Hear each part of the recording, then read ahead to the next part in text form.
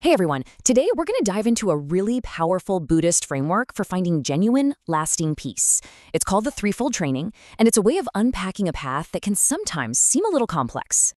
But let's just start with a basic question, one that I think we all ask ourselves at some point. In a world that is always changing, where do we find a sense of happiness that we can actually count on? You know, the source material makes this really clear distinction right from the start. On one hand, you've got your worldly pleasures, things like status, money, or just fun sensory experiences. They're great, but they're not stable. They come and go. But on the other hand, there's this thing called niramisa sukha, and that's a different kind of peace altogether. It's genuine, it's unshakable, because it's not dependent on all the bait and hooks of the outside world. So how in the world do we actually cultivate that? Well, here's our game plan for today. We'll start with what makes this a better path to peace. Then we'll break it down into the 3 core trainings: virtue, concentration, and discernment. And then we'll wrap it all up by seeing how they have to work together to create a balanced way forward. All right, let's get into it. The map for this journey is something called the Noble Eightfold Path. Now, 8 things can sound like a lot to keep track of, right? So to make it way more practical and understandable, these 8 factors get bundled into 3 core trainings. And check this out. This table shows you exactly how it all fits together. You've got discernment, which covers right view and right resolve. Then you have virtue, which is all about our right speech, right action, and right livelihood. And finally, concentration, which is made up of right effort, right mindfulness, and right concentration. See, it makes this profound path feel so much more approachable. Okay, so let's jump into our first training, which is virtue. And there's a really good reason we start here. This is all about building the essential foundation for any kind of meaningful inner work. So what problem is virtue trying to solve? Well, it takes direct aim at something called kama tanha, which basically means sensual craving. You know that feeling, that relentless pull toward pleasing sights, sounds, tastes, that constant chase for the next pleasant sensation? That's what we're talking about. So we practice virtue by bringing a sense of integrity and harmlessness into our day-to-day lives. It's about paying attention to how we speak to people, how we act in the world, and even how we make a living, making sure our conduct is basically solid and ethical. And this brings us to a fantastic analogy. Think of virtue like grading the land before you build a house. You have to create a level, stable surface, because if you don't have that solid foundation, anything you try to build on top of it is just, well, it's going to be wobbly and eventually fall apart. Okay, so once that foundation of virtue is in place, the land is graded and stable. Now we can move on to the second training, concentration. This is all about developing a mind that is centered, unified, and really unshakable.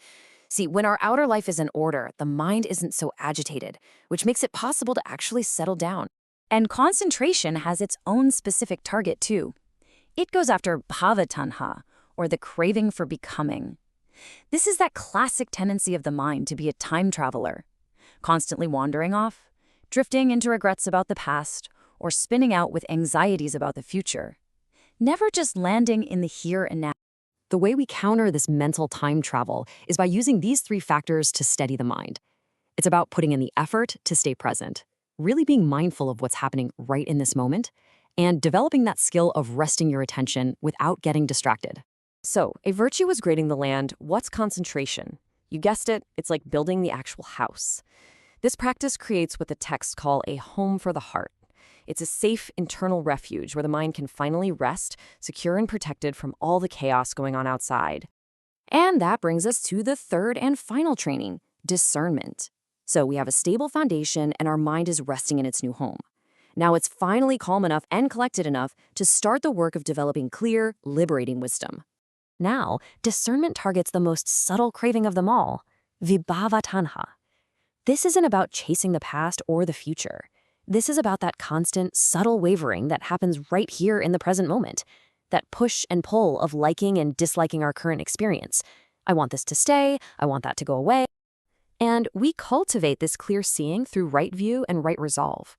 It's about learning to see things as they actually are, understanding what stress is, what causes it, and the path to ending it, and then really resolving to walk that path. So let's complete our little construction project. If virtue graded the land and concentration built the house, discernment is like walking inside and flipping on all the lights.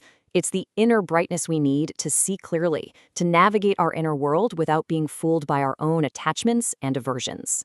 Okay, so here is the really crucial point. These 3 trainings aren't just isolated practices you do one after the other. They are designed to work together, in perfect harmony. Each one makes the next one possible.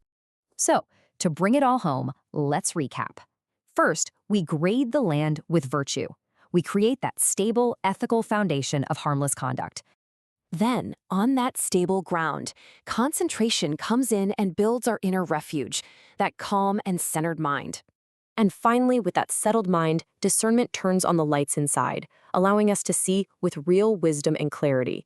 You see how each step just flows right into the next? You can't skip one. Maintaining this balance is everything.